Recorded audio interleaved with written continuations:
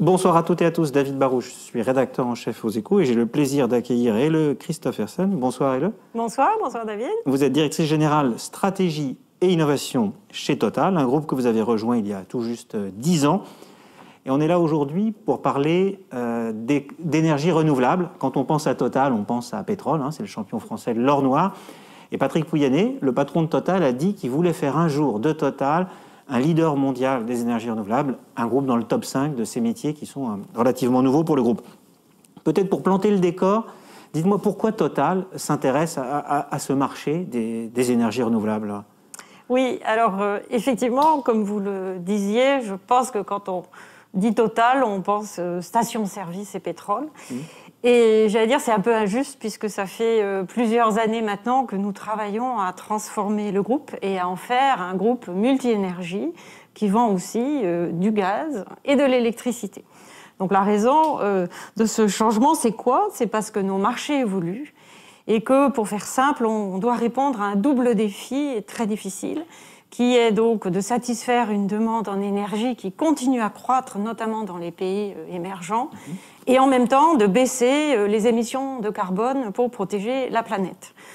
Nous avons, chez Total, redéfini une ambition ce printemps qui vise à relever ce double défi. Oui, parce que vous auriez pu laisser d'autres groupes faire ça et vous vous concentrez sur le pétrole. Ah mais non, puisque nous avons une vocation à être pérenne et à accompagner et si possible anticiper, aider nos clients à évoluer dans leur consommation d'énergie. Et donc notre ambition, c'est de continuer à croître tout en nous mettant sur une trajectoire d'activité qui nous permette d'atteindre la neutralité carbone de manière conjointe avec nos clients et avec la société. Et pour faire ça, pour atteindre la neutralité carbone, il faut que le monde change sa manière de consommer l'électricité et l'énergie en général.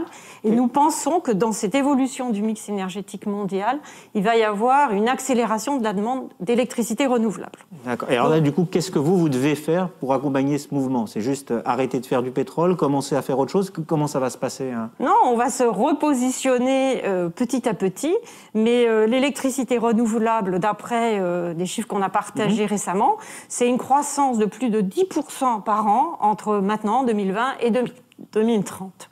10% par an, c'est tout juste gigantesque.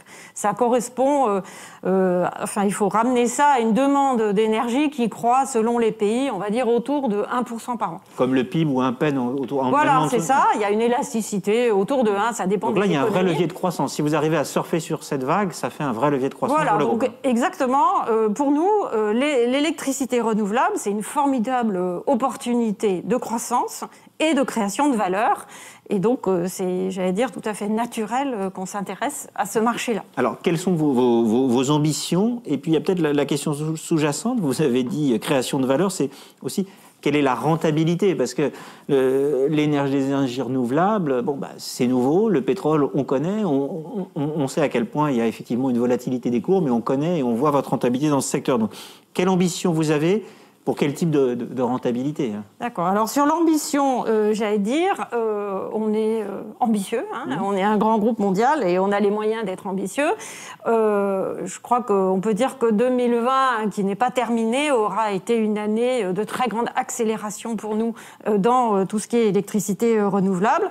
En quelques mois, en fait, on a déjà bouclé autant de nouveaux projets que tout ce qu'on avait fait en 2019. Donc moi, je dis, il y a eu une espèce de phénomène de boule de neige par rapport à tous les efforts que le groupe a consentis depuis des années pour se positionner. Une accélération. Voilà, une accélération, effet boule de neige, et je félicite nos équipes au passage.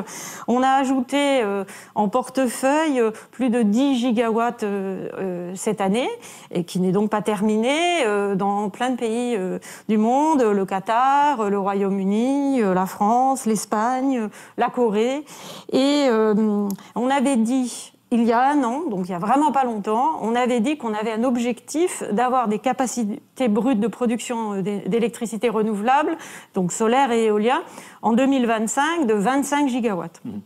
Et compte tenu du fait que si on fait la somme des projets que nous opérons aujourd'hui, des projets qui sont en construction et des projets que nous développons, si on fait la somme de tout ça, en fait, on a déjà atteint l'objectif qu'on s'était fixé. De 2025. De 2025, on a déjà la visibilité à fin 2020 sur l'objectif qu'on a fixé il y a un an. Donc forcément, comme on souhaite que nos équipes continuent à travailler, nous avons rehaussé cet objectif et nous visons maintenant 35 gigawatts en 2025. De capacité brute de production. Et après ça, on a dit qu'on avait une ambition d'ajouter à peu près 10 gigawatts par an d'ici 2030, ce qui nous mettrait à quelque chose comme 85 gigawatts d'ici 10 ans. Ça, c'est des objectifs, j'allais dire, de production en volume que nous nous sommes fixés. Ce qui est important, c'est bien sûr que nous n'avons pas en réalité une volonté de faire du volume pour faire du volume. Ce qui nous intéresse, c'est bien la rentabilité. C'est le deuxième volet de votre question.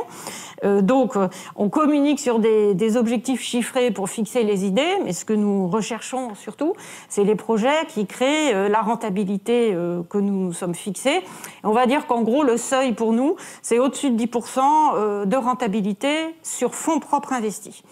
Et avec les projets que nous avons en portefeuille aujourd'hui et les 10 gigawatts que nous avons ajoutés au cours de cette année, on a bien ce niveau de rentabilité de 10%. C'est possible de combiner énergie renouvelable et rentabilité, écologie et rentabilité. Voilà, alors c'est pas, j'allais dire, ça demande du travail. J'ai toujours eu l'habitude de dire que c'est très très facile de faire de la croissance dans les énergies vertes, et d'ailleurs dans tout ce qui est vert en général. On peut acheter de la part de marché. Voilà, faire de la croissance, puisqu'il y a un formidable momentum, ça c'est facile. Faire de la croissance rentable, c'est un peu plus difficile. Quand on a créé la branche Gaz Renewable and Power, on va dire la branche bas carbone de Total en 2016, Patrick Pouyanné avait bien dit, vous allez faire de la croissance, mais j'ajoute rentable, sinon ça compte pas. Ce qu'on veut bien sûr, c'est créer de la valeur pour nos actionnaires et pour nous-mêmes. Alors, et comment est-ce que vous pouvez vous différencier par rapport aux autres acteurs qui attaquent le même marché que vous? Certains viennent de secteurs complètement différents, ils viennent pas tous du pétrole, certains viennent des énergies renouvelables, certains viennent de l'électricité, qui sont un monde finalement, une sorte de filiation peut-être un petit peu plus naturelle. Quels sont les avantages, quels sont les éléments discriminants qui peuvent jouer en votre faveur dans cet univers qui est relativement nouveau quand même pour Total, le pétrolier? Oui, alors encore une fois, c'est pas hier qu'on s'est mis à travailler. Vous avez un peu d'expérience, ni dans les renouvelables, ni dans la diversification du groupe. Mais c'est vrai qu'il y a des acteurs historiques qui étaient en avance sur nous, ça c'est sûr. C'est vrai qu'on a mis le turbo. On a procédé, je vais dire depuis 5 ans, on pourrait remonter à 10 ans ou même 30 ou 40 ans, mais on a procédé par un mélange d'acquisition de sociétés et de croissance organique. On a donc acheté des sociétés, on a recruté des personnes qui venaient de ces secteurs-là, qui étaient attirées par le fait de rejoindre un futur champion en pleine croissance. On est monté en puissance avec nos propres équipes. Et si on veut lister un peu les atouts du groupe aujourd'hui ou ce qui nous différencie, j'avais quelques idées, mais un premier atout, c'est très clair, c'est notre présence mondiale et le fait que Total est un grand groupe français, multi-énergie, qui connaît très bien beaucoup de pays de par le monde. C'est pas le cas des utilities ou des électriciens classiques qui sont plutôt sur des marchés domestiques, voilà, c'est des entreprises monopoles, locales. Donc on est en mesure de faire des choix et de sélectionner les meilleures opportunités à peu près sur un plan mondial, et ça rejoint aussi notre capacité à faire de la croissance rentable. Deuxième atout, on a, je crois aujourd'hui, avec ce qu'on vient d'évoquer rapidement, on a atteint une vraie taille critique. Et on a des équipes à la fois professionnelles, compétentes et agiles, qui ont cette capacité à bouger vite et à clôturer des affaires vite. Par rapport aux autres compagnies pétrolières et gazières privées, je crois qu'on peut dire modestement, mais factuellement qu'on est en avance. Et on investit aujourd'hui, en gros, en pourcentage de nos investissements totaux, 2 fois plus que nos concurrents pétroliers et gaziers sur les marchés des renouvelables. Ensuite, on a devant nous le gigantesque potentiel de croissance de l'éolien marin, qui est posé aujourd'hui sur le fond sous-marin et qui sera flottant demain.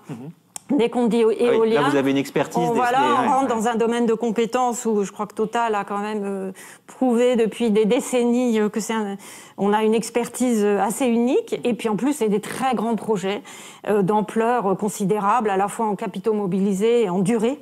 Et là aussi, je crois qu'on a... On est en train de passer à la phase industrielle et on a besoin d'acteurs. Mais c'est des gros projets, et ça c'est vraiment une force pour nous. Après, on a un modèle d'opérateur intégré, donc on n'a pas seulement la capacité à produire de l'électricité, on a des compétences en stockage, on a du trading électrique, et on est dans ces marchés depuis des dizaines d'années.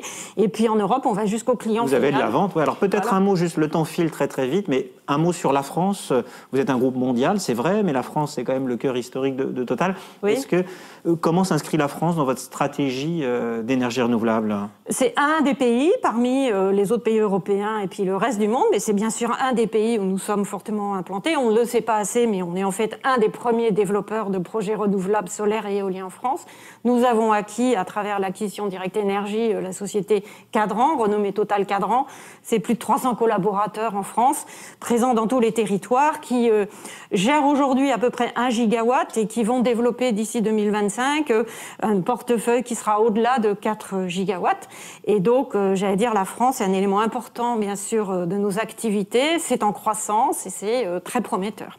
Merci Helle, et à bientôt. Je peux finir juste pour dire tout petit mot de conclusion. Rappeler pour tout le monde que finalement, ce sont bien nos activités historiques et la discipline et nos points morts bas dans le pétrole et le gaz qui nous permettent de financer ce virage que nous prenons vers les énergies vertes et qui donc nous permettent d'investir dans le renouvelable pour devenir un des grands leaders. Vous serez plus qu'un groupe pétrolier, mais vous restez quand même aussi un acteur du pétrole. On sera un groupe multi-énergie. Merci beaucoup Helle et à bientôt. Merci David. Merci.